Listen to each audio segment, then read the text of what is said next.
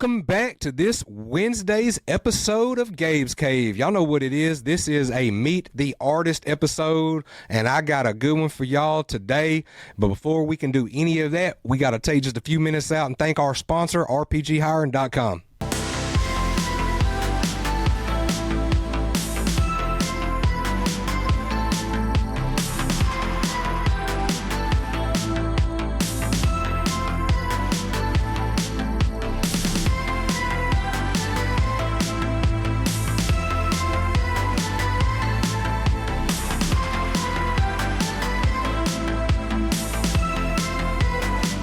Thank you, RPGhiring.com.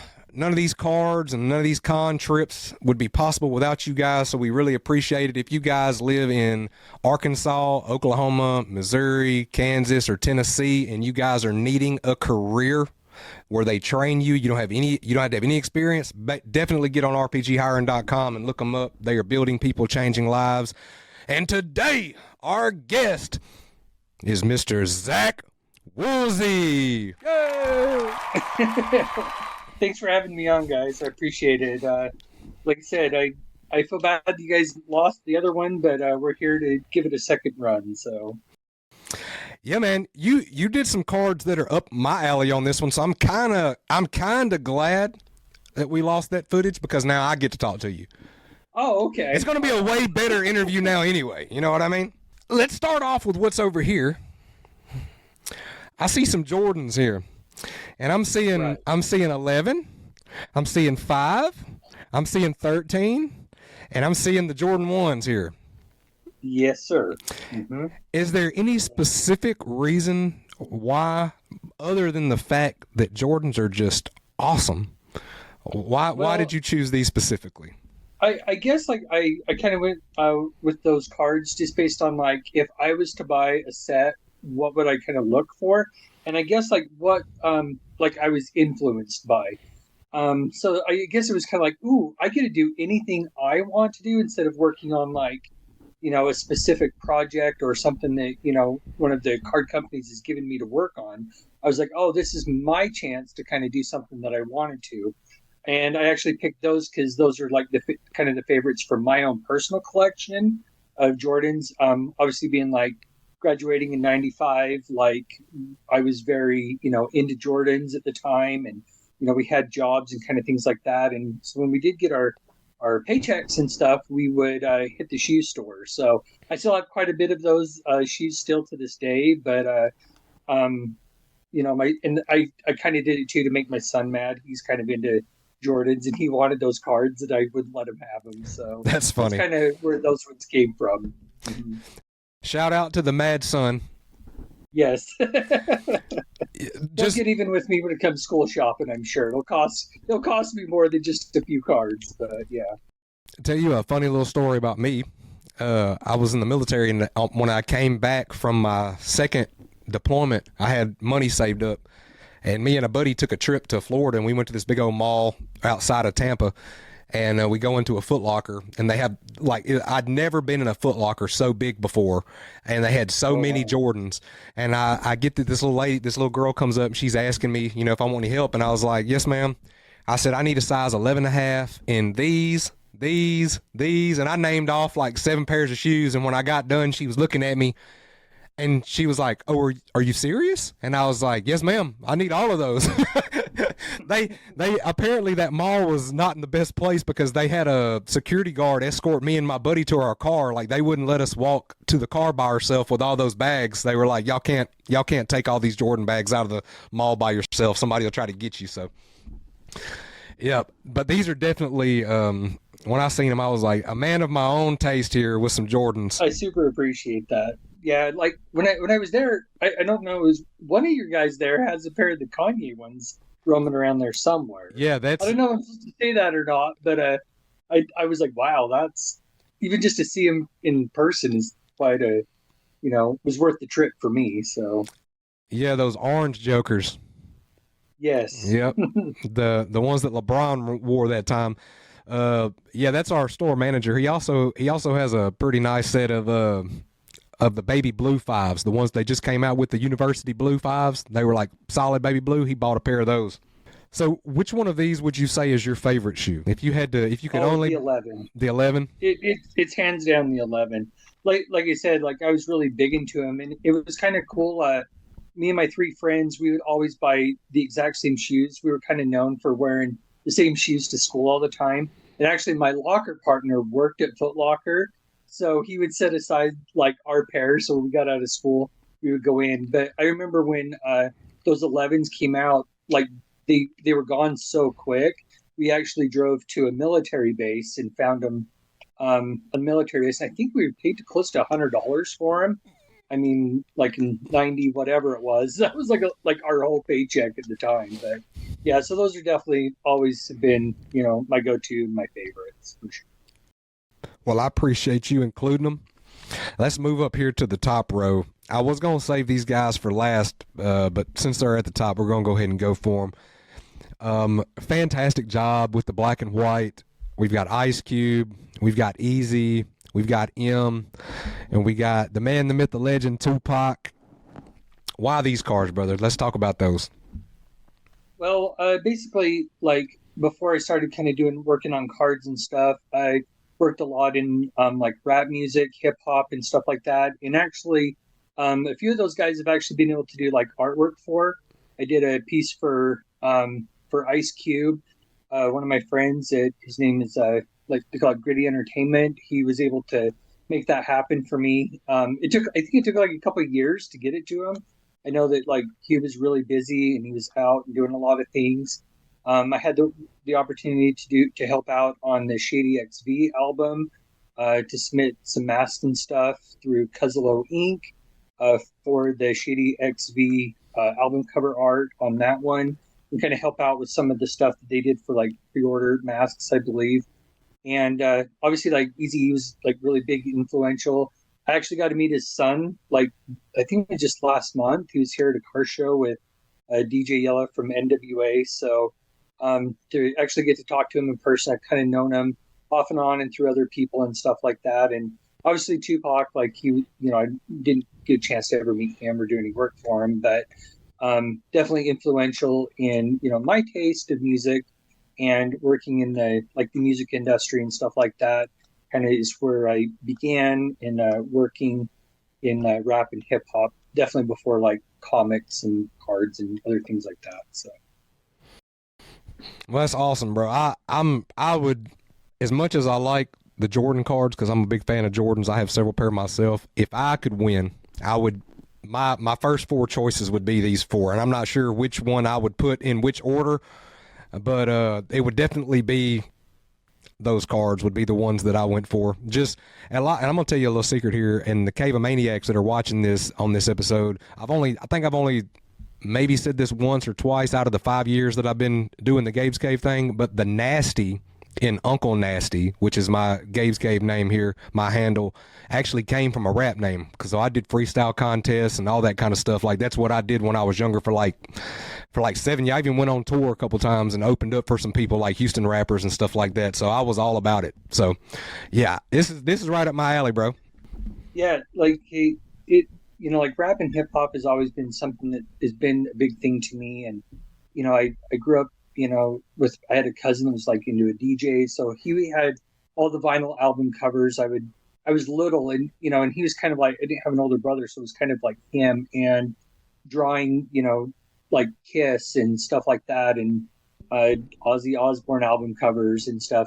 I'm like 7 years old at the time, and that's why like it was super cool to work on like sketch cards for Dynamite Entertainment, work on like those Kiss projects and stuff like that with them. It's kind of funny because my cousin, he came to visit and he's like, "You're still doing the same thing you were doing when you were like a little kid, And I'm like, "Yeah, hopefully I just gotten better at it." But definitely kind of my start in figuring out, what kind of an artist and what I wanted to do definitely came heavily influenced from rap. And, I was fortunate enough to work with the rapper Tech-9 out of Kansas City, and over since like 2004, just meeting him and the opportunities that they've given me, super blessed by that. And he actually has a new album coming out. It's called Bliss, and I did the cover art for that. So that's something I've worked really hard for to have the skills, in case any of those kind of calls come in, for me. So I still kind of work in it. I still, appreciate, all the things that, rap and hip hop has given to me. So yeah, that's kind of why I wanted to do those for that part of the set as well. Well, yeah, man, that's awesome, dude. Shout out Tech Nine. I'm a player. I'm a player. A player. Yeah, man. I got to meet him in 2004 is when I met Tech Nine. I met him in Kansas City outside of a rock concert. He pulled up and he got out and gave everybody like little sample CDs. So that's pretty awesome. I mean, I had like a crew here and stuff, and we would do a lot of promotions, and we would do the posters and stuff like that, like with the street team stuff, being a street team leader, learning about marketing. I was able to, I've been able to go, to the studios and stuff a few times in Kansas City, and it was able to I did a lot of that when I was in college, and to kind of turn that into marketing and understand, how Tech Nine and Strange Music, did their thing. They taught me a lot, and to be able to use that in my classwork and, write papers about, Strange Music and Tech Nine, and, to really kind of like take me in from that. And, I really just kind of, I was asked to, the first project I did was to help out with Chris Calico and his logo work. And, I kind of learned like, I need to not only be able to draw and paint, but I'd be able to do a lot more stuff. So I, went back to school at Boise State for, graphic illustration, visual art history, multiple degrees, to be able to understand really what it is to do that for a job, and to be able to, and I really promote that, like art education and things like that. It's not just a hobby, it can be a career, and it's important. And, and kids need to believe that, that it's just as vital and as important as things, it's not just, it is fun and it's great, but it's a lot of hard work too, and to really understand and to grow of all aspects of what, Strange Music and Tech Nine has taught me has really been super awesome. Yeah. And I love, I'm a player. I mean, like, I'm from that Absolute Power, era with the spiked red hair, Yep. like that's kind of where we're at, where we came from. But we all kind of, grew together in those opportunities. And, like I said, just super grateful and super blessed for that. Awesome, bro. Well, not to take away from the topic, because I consider we could talk about this for an hour. We might have to plan a different interview. Up underneath this, we have got the guys, the crew, the men with the method that stand by the privacy fence, king of the hill. So let's talk about these guys. Why'd you pick these dudes to do? I don't really have like a lot of time, to watch TV and things like that. But that is my absolute favorite show. Like if I wanted to do cards or anything like that for any licenses, King of the Hill would definitely be way up on top of that list. And living in Texas, it's kind of funny because I pick up on stuff. I'm like, oh yeah, that's exactly how it was or how it is, or I remember that, and stuff like that. Living in South Texas, but it's just a funny show, and I quote it all the time. I drive my kids nuts with it. I watch, like, if there's different life lessons, or something. I'm like, oh, there's a King of the Hill episode about that. We got to watch that. And, like my son's like really into skateboarding. So we watched the Bobby Hill skateboarding episode or whatever, things like that. So they're just kind of my favorites, and it was fun. And like I said at the beginning, that I wanted to do cards that I wanted to do that I may or may not in the future have a chance to do. So that's kind of why I did a variety of, I guess kind of sets of 4 of them. So yeah. A life lesson that I learned from King of the Hill is to not send your son to a women's protection class. Let go of my purse. I don't know you. I don't know you. Yeah, let go of my purse. I don't know you. So let me hear your best Boomhauer impersonation.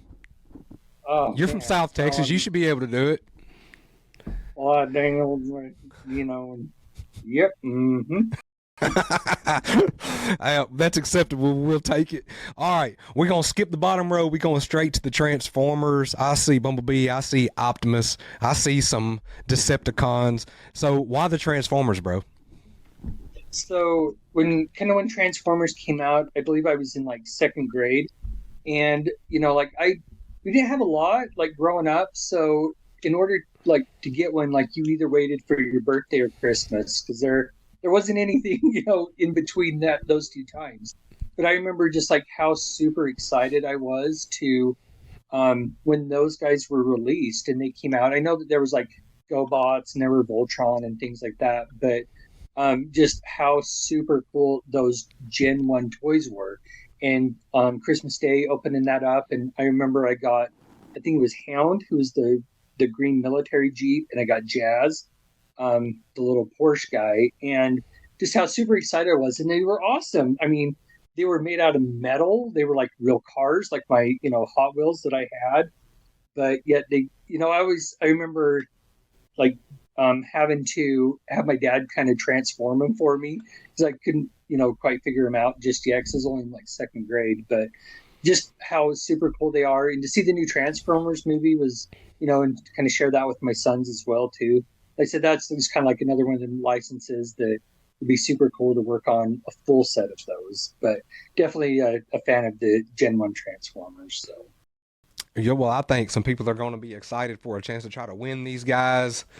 Down here at the bottom, we have got a horror smorgasbord, and it's getting close to Halloween, so you guys get excited. We've got the Frankenstein monster, we've got Dracula, we've got Pinhead from Hellraiser, and we've got Michael Myers himself. So why the horror cards, man? Why the monsters? Why the boogeymen?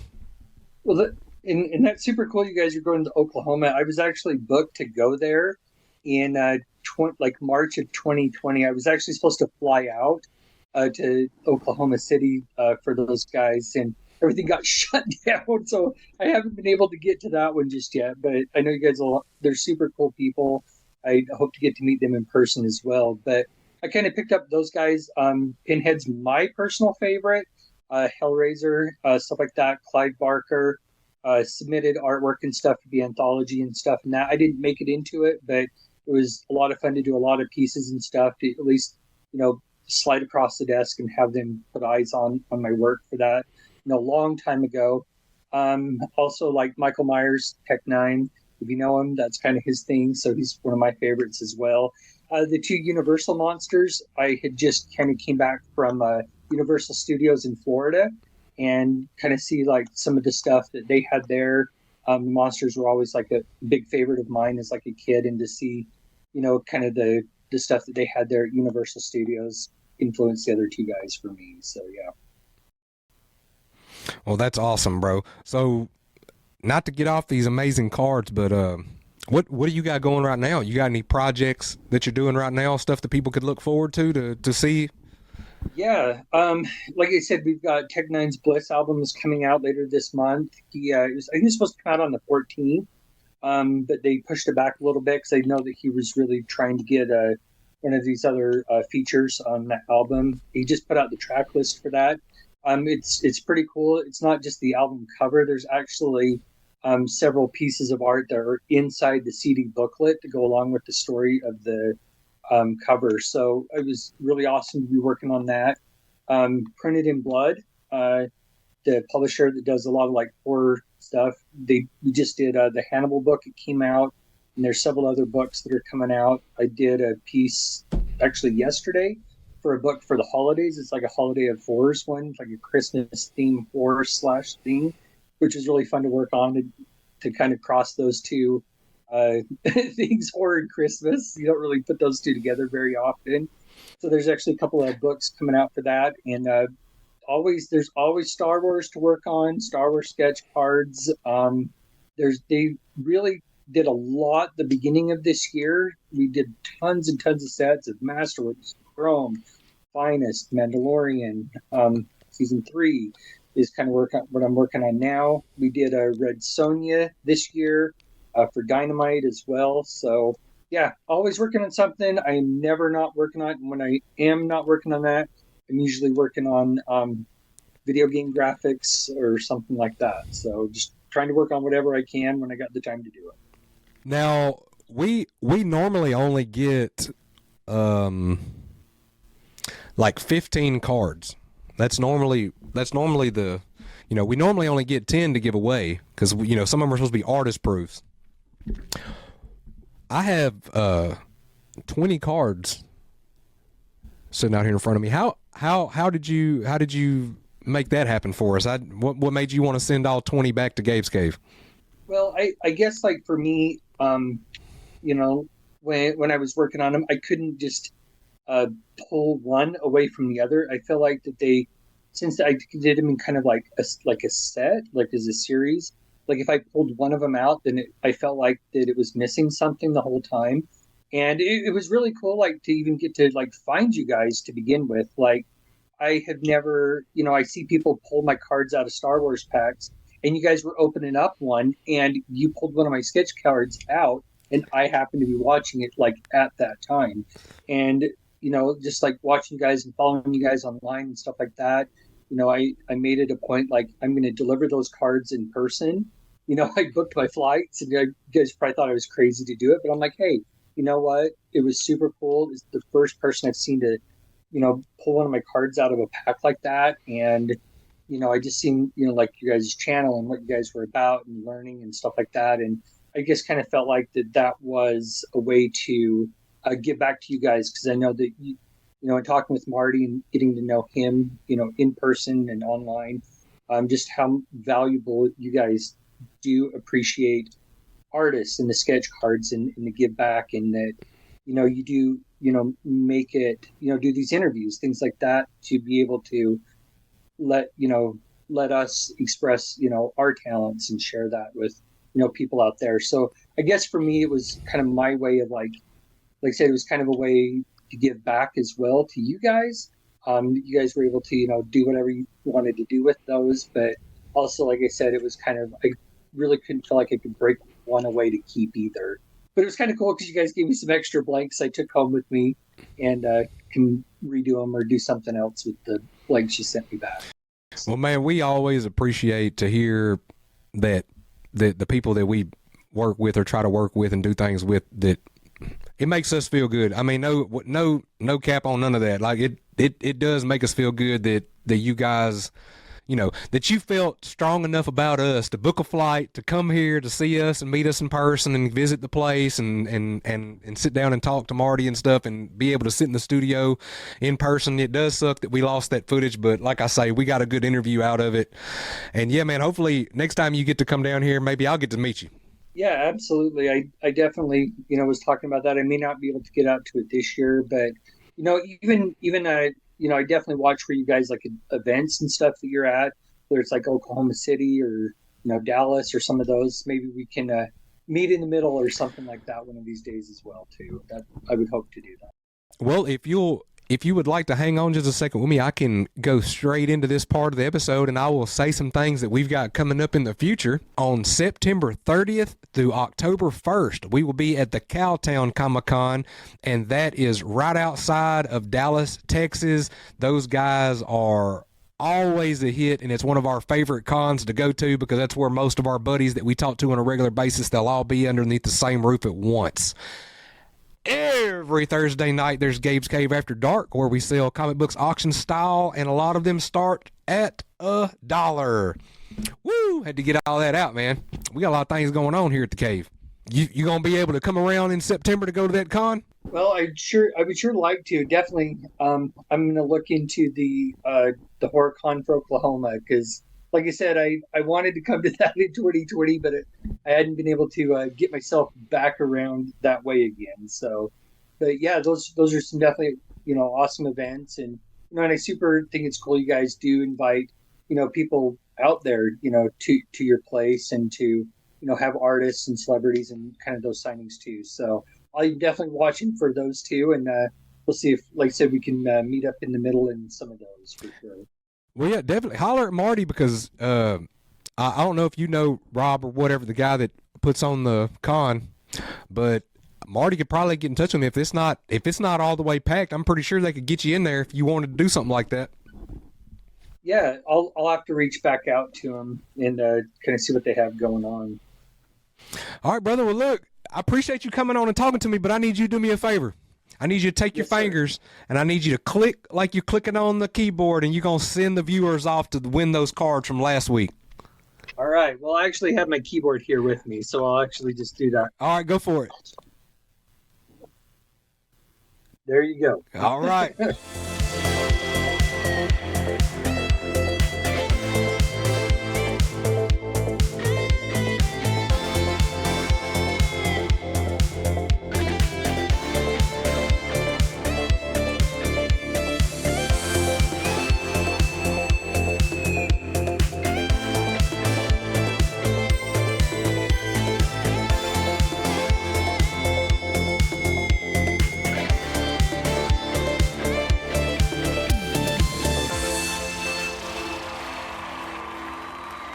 Congratulations, you lucky 10 winners, and you loser down there at the bottom. You get the loot box because we love the losers here at Gabe's Cave. We're all about them.